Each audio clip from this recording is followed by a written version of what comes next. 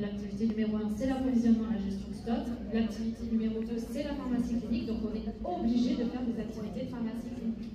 On a une inspection de la pharmacie qui est faite par les autorités sanitaires et on doit justifier si on remplit bien les missions, oui ou non. Donc en fait, tous les hôpitaux ont certaines missions obligatoires à faire. Oui.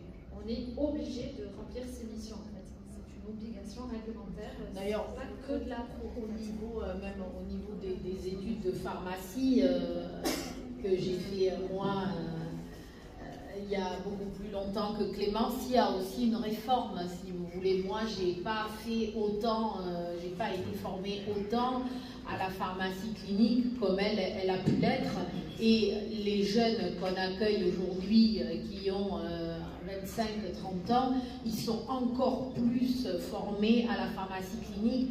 Donc, il y a quand même aussi une évolution dans les études de pharmacie qui pousse vers ça. C'est même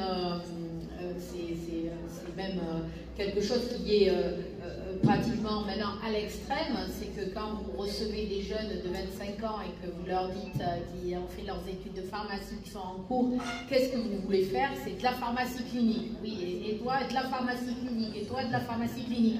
J'ai dit oui, c'est bien beau, mais qui c'est qui va s'occuper de l'approvisionnement au bout d'un moment si tout le monde fait que de la pharmacie clinique? Il y a quand même aussi, voilà. Bonjour, je suis Bérangère Paoli, pharmacien, chef de service au centre hospitalier de Mont-de-Marsan, dans les Landes, en France, et ma collègue Clémence Rieux, pharmacien hospitalier également. Nous sommes très honorés de participer aujourd'hui à la première édition du congrès international de la Chambre syndicale des pharmaciens de Meknès. Nous remercions chaleureusement le comité d'organisation et particulièrement le président pour l'accueil chaleureux qu'il nous apporte. On est très honorés de pouvoir aujourd'hui vous parler de notre expérience en France. Nous avons développé un certain nombre de missions à travers de l'hôpital où le pharmacien peut exercer pleinement son métier au regard des contraintes réglementaires que sont les nôtres. Ce congrès est pour nous riche d'échanges avec l'ensemble des pharmaciens présents.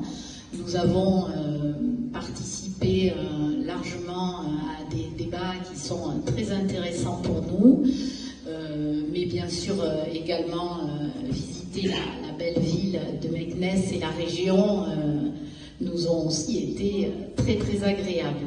Voilà, donc on est très honorés et ravis du congrès et on vous remercie beaucoup pour toute l'organisation en espérant que nos échanges pharmaceutiques continueront vers peut-être de beaux projets vers l'avenir. Merci. Travail à travers ces réunions, c'est juste un travail dans la gouvernance, il n'y a pas des ça le rôle du pharmacien hospitalier. Est-ce que vous siégez dans ces comités-là?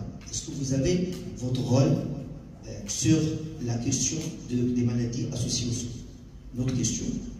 Alors, une de nos...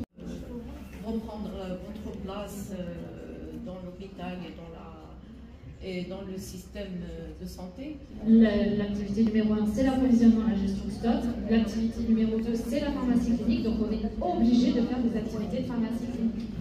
On a une inspection de la pharmacie qui est faite par les autorités sanitaires et on doit justifier si on remplit bien les missions, oui ou non.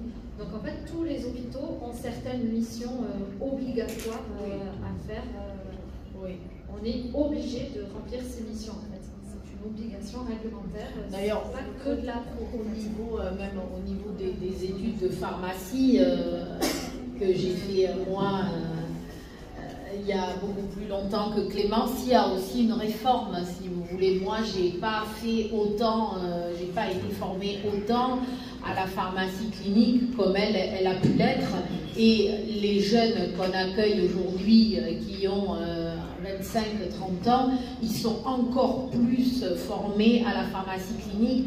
Donc il y a quand même aussi une évolution dans les études de pharmacie qui pousse vers ça. C'est même quelque chose qui est pratiquement maintenant à l'extrême. C'est que quand vous recevez des jeunes de 25 ans et que vous leur dites qui ont fait leurs études de pharmacie, qui sont en cours, qu'est-ce que vous voulez faire? C'est de la pharmacie clinique. Oui, et toi, de la pharmacie clinique. Et toi, de la pharmacie clinique.